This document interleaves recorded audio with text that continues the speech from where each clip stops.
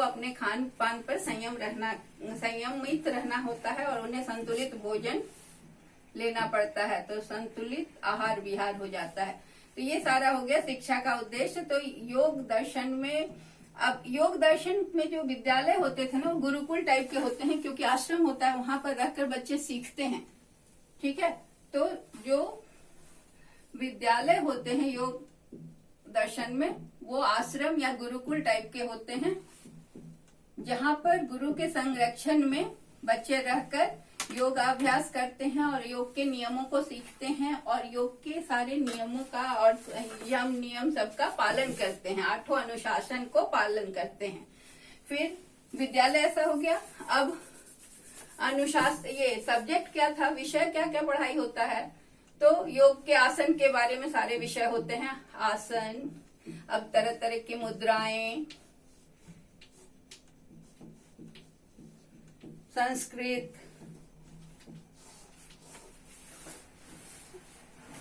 ये सारी चीजें सिखाया जाता है। ठीक है, विषय हो गया। अब इसके बाद हमें देखना है कि योग सूत्र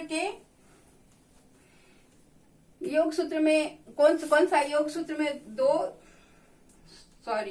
इसके बाद इसमें पढ़ाना है। पाठ्यक्रम हो गया। हाँ, अनुशासन कैसा है, तो आत्म अनुशासन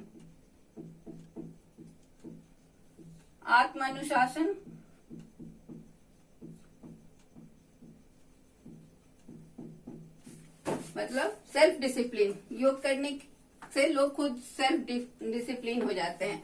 योग क्या है, मानस शास्त्र है, मतलब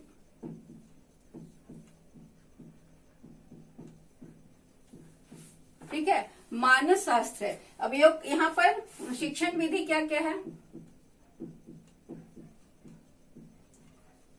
शिक्षण विधि जो है योग का, उसमें है कि जो भी बच्चों को सिखाया जाता है वो उन्हें उपदेश देकर, उपदेश प्रयास विधि, उन्हें कोशिश करनी होती है। बहुत सारे आसन सीखने के लिए बहुत उन्हें प्रयास करना होता है। विश्लेषण, ये सब विधियां हैं योग शिक्षण की। विश्लेषण, उसके बाद संश्लेषण।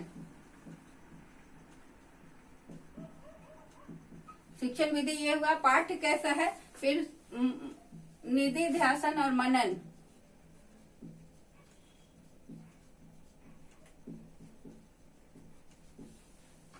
और सूत्र विधि।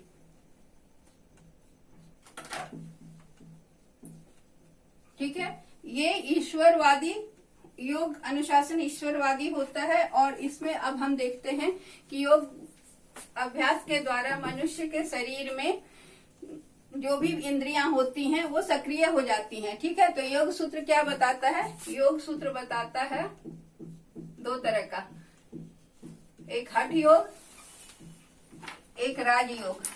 ये क्वेश्चन आ सकता है कि योग सूत्र के अनुसार योग कितने हैं, तो हठ योग और राजयोग। तो हठ योग क्या है, हठ योग आसनों की शिक्षा देता है और आरोग्य बल देता है। आसनों की शिक्षा, उसके बाद आरोग्य बल देता है, क्योंकि आप जो आसन करते हैं, जो श्वास की एक्सरसाइज करते हैं, उससे आपका आरोग्य बल बढ़ता है। और राजयोग में क्या होता है, चित्त वृत्तियों का निरोध।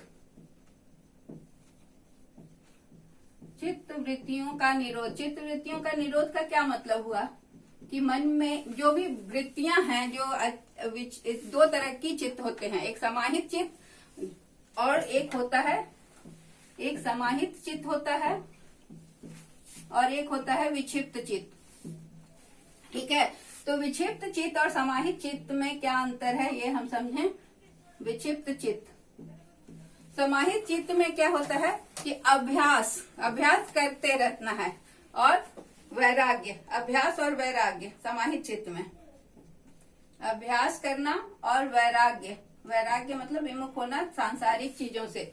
और ये है विक्षिप्त चित्त में क्या है, जिसका मन चंचल होता है। जिसका समाहित चित्त है वो अभ्यास करके वैराग्य की ओर बढ़ जाता है, लेकिन जिसका चित्त चंचल है, विक्षिप्त चित्त है, तो उसको क्रिया योग के द्वारा कंसंट्रेशन सिखाया जाता है, क्रिया योग वो करता है।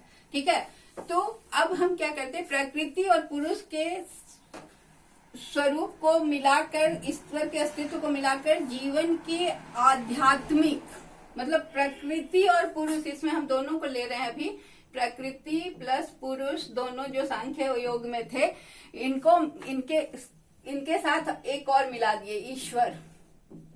ठीक है, योग में। तो सबके इस तीनों के अस्तित्व को मिलाकर जीवन के आध्यात्मिक क्या क्या एस्पेक्ट का विकास होता है, आध्यात्मिक, मानसिक